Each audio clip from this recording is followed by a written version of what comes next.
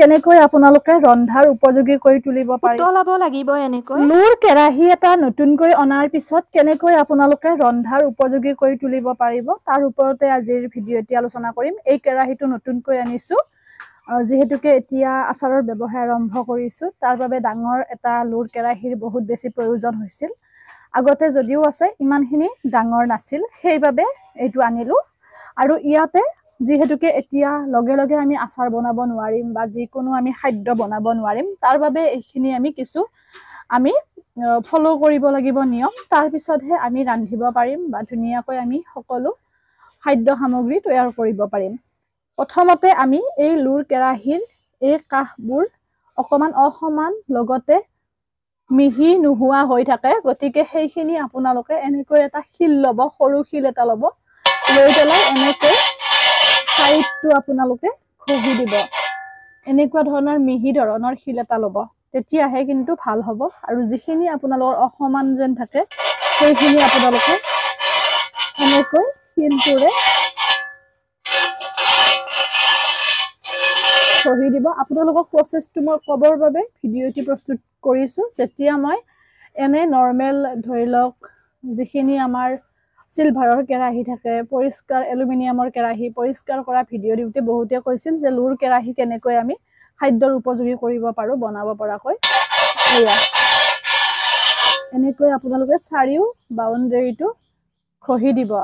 শিলেৰে তেতিয়া ধুনীয়া মিহি হ'ব বহুত বেছিকৈ নহব নিদিব যেতিয়া আপোনালোকৰ মিহি হ'ব সেই পৰ্যায়লৈ এনেকৈ আপোনালোকে শিলগুটিটোৰে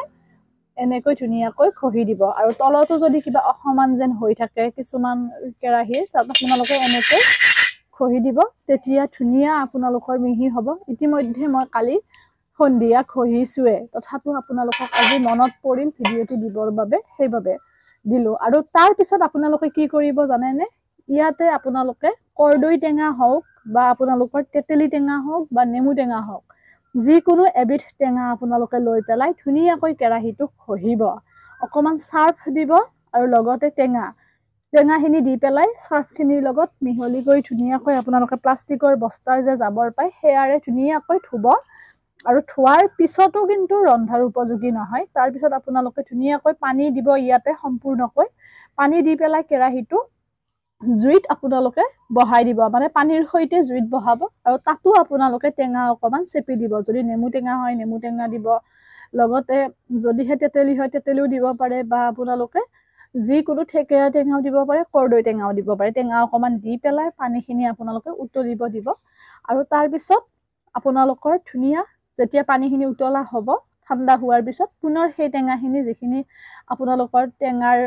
ৰৈ যোৱা অংশ থাকে সেইখিনিৰ সৈতে আপোনালোকে পুনৰ এবাৰ ধুনীয়াকৈ অকমান চাৰ্ফ লৈ ঘহি দিব তেতিয়া আপোনালোকৰ লোহাৰ কেৰাহীটো আমি লোহাৰ কেৰাহী বুলি কওঁ আচলতে যদিও লিখিত ৰূপ লুৰ কেৰাহী কিছুমান শব্দ আমি ঘৰত কৈয়ে আহিছো আগৰ পৰা কিন্তু যেহেতু এইটো আমাৰ সোশ্যাল মিডিয়া এখন বহুত ডাঙৰ প্লেটফৰ্ম গতিকে আমি লিখিত ৰূপটো ব্যৱহাৰ কৰাটো ভাল যেহেতু সৰুৰ পৰা ডাঙৰলৈ সকলোৱে ভিডিঅ'সমূহ চাই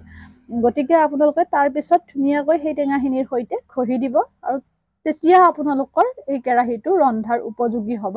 আৰু কিছুমানে জুইত পুৰিও দিয়ে জুই ধৰি পেলাই ধুনীয়াকৈ এনেকৈ কেৰাহীটো পুৰিও দিয়ে কিন্তু তেনেকৈ পুৰি দিয়াৰ কোনো প্ৰয়োজন নাই মই কোৱা যদি আপোনালোকে নিয়মখিনি ধুনীয়াকৈ ফলো কৰে তেতিয়া আপোনালোকে খুব সুন্দৰ ৰিজাল্ট পাব আৰু ধুনীয়াকৈ বনাব পাৰিব যেহেতু মই নিজেও সেইটো পদ্ধতি অৱলম্বন কৰি পেলাই এই কেৰাহীটো ৰন্ধাৰ উপযোগী কৰিম আপোনালোকক কৈ দিছো বাকিখিনি মই প্ৰসেস কৰিম কিন্তু কেমেৰা ধৰি দিয়া মানুহ নাই বাবে মই গোটেইখিনি প্ৰেক্টিকেলকৈ দেখুৱাব নোৱাৰিম মই যেনেকৈ কৈছো